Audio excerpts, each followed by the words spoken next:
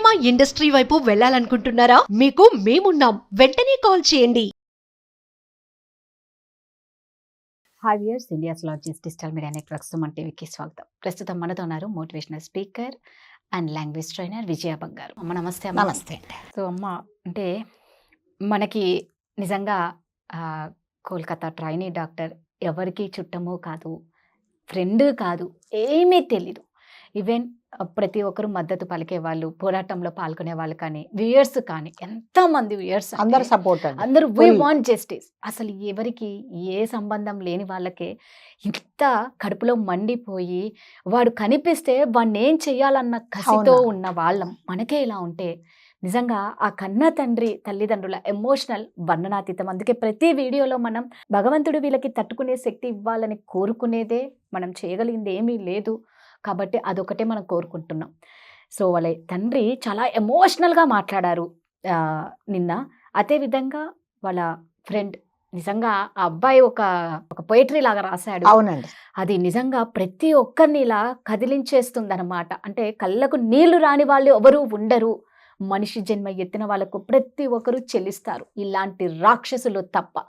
ఒక్కసారి అమ్మ ఫస్ట్ ఆ తండ్రి ఎమోషనల్, తర్వాత మీరు చెప్తే నాకు కూడా చాలా బాధేస్తుందండి. So sorry. సో మీరు అన్నట్టుగా ఆ తండ్రికి చాలా, ఆ కుటుంబాన్ని తీరని లోటు అండి. చేతికి వచ్చిన అమ్మాయి 30 సంవత్సరాలు, 31 సంవత్సరాల అమ్మాయి ఏది లేకుండా అలా బలవంతంగా వాళ్ళ ఇంటి దీపాన్ని ఆర్పేశారు అంటే మాత్రం ఆ పాపము అది ఆ ఫ్యామిలీకి ఊరికే పోదండి. సో వాళ్ళ తల్లి తండ్రి చాలా, అంటే వాళ్ళు గుండెలు పగిలేలాగా, మా అమ్మాయి చనిపోయిందని ఒక బాధపడాలా, న్యాయం జరగటం లేదని బాధపడాలా. ఇప్పటికి ఇవాళకి 35 రోజులు ఇంతవరకు కేసు ఒక కొలికి రావటం లేదు. వాళ్ళు ఎంత దురదృష్టవంతులు అంటే ఈ మాట ఉపయోగించక తప్పట్లేదండి.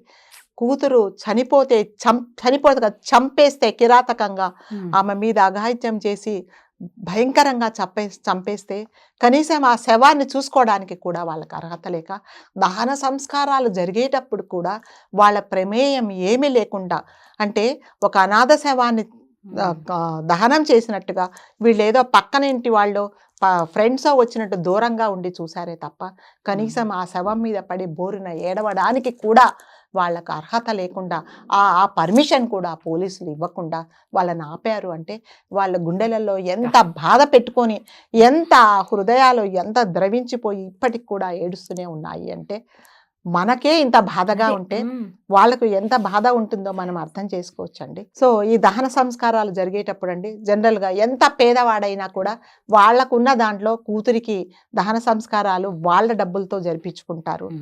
అంటే చాలా బాధతప్త హృదయాలతో జరిపించుకుంటారు. వీళ్ళు కనీసము ₹1 కూడా ఖర్చు పెట్టలేదు, ఒక అనాథ శవం లాగా కాల్చారు. నా కూతురి ఆత్మ ఎంత ఘోషిస్తుందో, మా నాన్న నన్ను కనీసం తన డబ్బులతో నన్ను దహనం చేయలేదు అని నా కూతురు ఎంత ఏడుస్తుందో అని అతను చాలా బాధపడ్డాడండి. ఆ మాటలు విన్న ప్రతి ఒక్కరి గుండె ఇలా బరువెక్కిపోయింది. దీంతోపాటు వాళ్ళ ఫ్రెండ్, అంటే ఇంకొక కొన్ని రోజులలో ఇద్దరు ఒకట అవ్వబోతున్నారు. వాళ్ళు ఇద్దరు కలిసి ఎన్నో కలలు కన్నారు.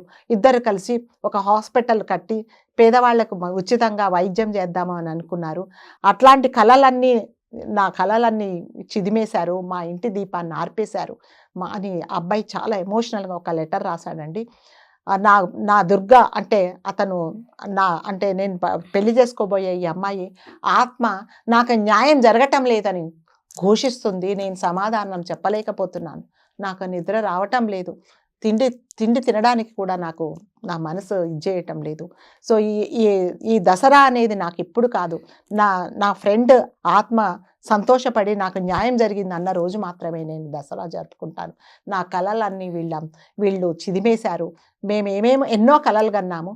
సో నా స్నేహితురాలు ఇంకా, అంటే బతుకున్నప్పుడు కూడా అనేక రకాలుగా ఈమెను హింసించి బాధపెట్టి ఒక నరకం చూపించి చనిపోయిన తర్వాత కూడా పైన నా ఫ్రెండ్ ఆత్మ ఘోషిస్తుంది, దయచేసి న్యాయం జరిపించండి, అంతవరకు నేను నిద్రపోను అని అతను చాలా ఎమోషనల్గా ఫీల్ అయ్యి మీడియా ముందు ఏడ్చాడండి.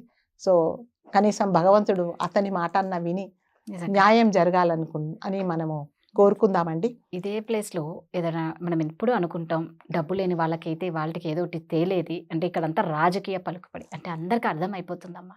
ఫస్ట్ నుంచి అందరికీ తెలుసు మమతా బెనర్జీ అంటే మేనల్లుడు. ఎందుకు ఇలా చేస్తున్నారంటేనండి, మ్మ్. ఇంకా మర్చిపోతారేమో, మ్మ్. ఇవాళకి కాదు మనకు న్యాయం జరగదు అని అంటారనుకున్నారు. కానీ ఇది రోజు రోజుకు ఈ పోరాటం ఎక్కువ అయిపోతుంది, ఎక్కడ కాంప్రమైజ్ అవ్వటం లేదని ఆవిడ అర్థం చేసుకోవట్లేదు. అట్లాగే మీరు చెప్పినట్టుగా మమతా బెనర్జీ వాళ్ళ మేనల్లుడు అభిషేక్ బెనర్జీ అండి, అతను ఈ తృణమూల్ కాంగ్రెస్ ప్రధాన కార్యదర్శి. అతను ఈ అరాచకాలన్నిటికీ కీ రోల్ చేసేది ఇతనే. ఈవిడ చేసే ప్రతి అక్రమాలకు ఈవిడ సపోర్ట్ చేసేదే ఇతని ద్వారానే ఈమె ఇవన్నీ చేయిస్తుంది. ఇతనే ప్రధాన కారకుడు. సో అసలు అతన్ని ఎవరు ఇన్వెస్టిగేట్ చేయట్లేదు. ఎవరైనా ఇన్వెస్టిగేట్ చేస్తే అతన్ని పట్టుకుంటే ఇంకా చాలా నిజాలు వస్తాయండి. ఈవిడ చేసే అరాచకాలు ఎవరి మద్దతుతో చేస్తుంది అంటే ఇతడే. ప్రతి ఒక్కటి ఇతనితో షేర్ చేసుకొని ఇతని ద్వారానే ఈవెన్ ప్రిన్సిపల్ కాల్ డేటాలో కూడా అభిషేక్ బెనర్జీ అనే పేరు కూడా కాల్ డేటాలో చూశారండి. సో అతనితో కూడా ఈ ప్రిన్సిపల్కు అతనితో చాలా సత్సంబంధాలు ఉన్నాయన్నమాట. సో వాడు కూడా ఒక క్రూరుడు. అతని ఫ్యామిలీ ఇది కూడా బాగాలేదండి. అలా ఫ్యామిలీ హిస్టరీ బాగుండే వాళ్ళు అలాంటి అరాచకాలు చెయ్యరు.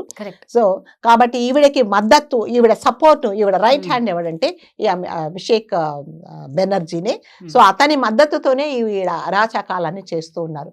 కాకపోతే ఎవరికి నాకు తెలియదు, మరి ఎవరికి ఎందుకు ఐడియా రాలేదో అతన్ని కూడా ఎంక్వైరీ చేస్తే ఇంకా కొన్ని నిజాలు బయటకు వస్తాయి. ఎందుకంటే ఇంకంతేనండి రాజకీయం, అంతే. మమతా బెనర్జీ స్ట్రాటజీ ఎలాగంటేనండి, అంటే ఎవరే కానీ ప్రింట్ మీడియా కానీ ఏ మీడియా కానీ ఎవరైనా సరే ఈవిడకి అగెనిస్ట్గా మాట్లాడితే, అగెనిస్ట్గా ఎవరైనా ఒక రిపోర్ట్ చేస్తే, ఈ ప్రభుత్వాన్ని ఎవరైనా చేతులెత్తి చూపిస్తే వాళ్ళు నెక్స్ట్ మరుసటి రోజు సూర్యుడిని చూడరు అని వెస్ట్ బెంగాల్లో అందరికీ. దానికి తోడ్పడేది ఎవరంటే ఈ అభిషేక్ బెనర్జీనే. అంత పకడ్బందీగా పెట్టుకున్న తన సామ్రాజ్యము ఇవాళ కూకటి వేళ్లతో సహా పెకిలించుతున్నారు అనే బాధతో, నా కుర్చీ కావాలంటే మీరు తీసుకోండి, మీకు న్యాయం కావాలా లేకపోతే నా రాజీనామా కావాలా అని మాట్లాడుతున్నారు. కానీ ఆవిడేమి రాజీనామా చేయదండి. ఆవిడ రాజీనామా చేయకుండా లాగి కింద పారేస్తారు. రాజీనామా వరకు ఎవరు వెయిట్ చేయరు. సో ఆవిడ నిర్ణయించుకోవాల్సింది ఆమె. కరెక్ట్ అమ్మా. నిజంగా డాక్టర్లందరూ కూడా చాలా చక్కగా పోరాడుతున్నారు. విధుల్లోకి రమ్మన్నా రావటం లేదు. ఒకటే అండి, ఏ తప్పు చేయనప్పుడు చక్కగా డాక్టర్లు కోరుకున్నట్టు ఆవిడ చేస్తే ఆమెకు అసలు రాజీనామా అన్న వర్డ్ కూడా యూజ్ చేయాల్సిన ఇప్పుడు డాక్టర్స్ ఎప్పుడైతే అదేంటి నిరసన చెయ్యము కాల్ ఆఫ్ చేస్తారో ఇంకా లేదండి, ఇంకా కేసు అనేదే లేదు, ఇంకా లేదు. ఆవిడ ఏం అలిగేషన్ చేస్తున్నారంటే కొంత లక్షల మంది చనిపోతున్నారు, చాలా కుటుంబాలు చాలా బాధపడుతున్నారు, కొంతమంది కిడ్నీ పేషెంట్లు బాధపడుతున్నారు, కొంతమంది ఇంకా చాలా క్రానిక్ డిసీజ్ ఉండేవాళ్ళు. మరి అవన్నీ చెల్లించాలి కదా, సీఎం అయ్యి ఉండి చెల్లించి న్యాయం చేయాలి. అంతేగాని వీళ్ళని సమ్మె ఆపమనడం అది కాదు కదా, సొల్యూషన్ కాదు. సమ్మె వాళ్ళతో విరపించ చేయాలి అది కాదు. నువ్వు న్యాయం చెయ్యి, అందరినీ బయటికి తీ, అది సొల్యూషన్. నువ్వు సమ్మె విరమించు, నువ్వు డ్యూటీలో చేయంటే ఎవ్వరు చేయరండి, ఎవ్వరు చేయరు. ఇది ఎన్ని రోజులైనా ఇలాగే జరుగుతుందండి. న్యాయం జరిగేదాకా ప్రతి ఒక్కరం అందరం పోరాడతామండి. సో ఒకటే అండి, మళ్ళా కోరుకుంటాం. దసరా కూడా దగ్గరలో ఉంది. ఆల్రెడీ 17వ తేదీ నిమజ్జనం. జనసంద్రంలోకి ఆడిని తెచ్చి పెడితే అందరు కలిసి నిమజ్జనం చేసేస్తారు. అంత నిమజ్జనం అనే ఒక పవిత్రమైన పదం కూడా వాడు అర్హుడు కాదు. సో అప్పుడు కదా కొట్టి చంపేస్తారండి జనాలు. దసరాకి మన కాళికామాత అవతారం అనేది జనాలందరి మధ్యకి తెస్తే అప్పుడు మాత కాళికామాత కూడా శాంతిస్తారు. అది మనకు దసరా, అదే మనకు దసరా. సో ఆ బిడ్డ ఆత్మకు శాంతి చేకూరాలని, ఆ తల్లిదండ్రుల బాధిత కుటుంబానికి న్యాయం చేకూరాలని, తల్లిదండ్రులకు కొండంత ధైర్యాన్ని శక్తిని ప్రసాదించాలని ఆ భగవంతుని కోరుకుంటున్నాను. థ్యాంక్ యూ అమ్మా.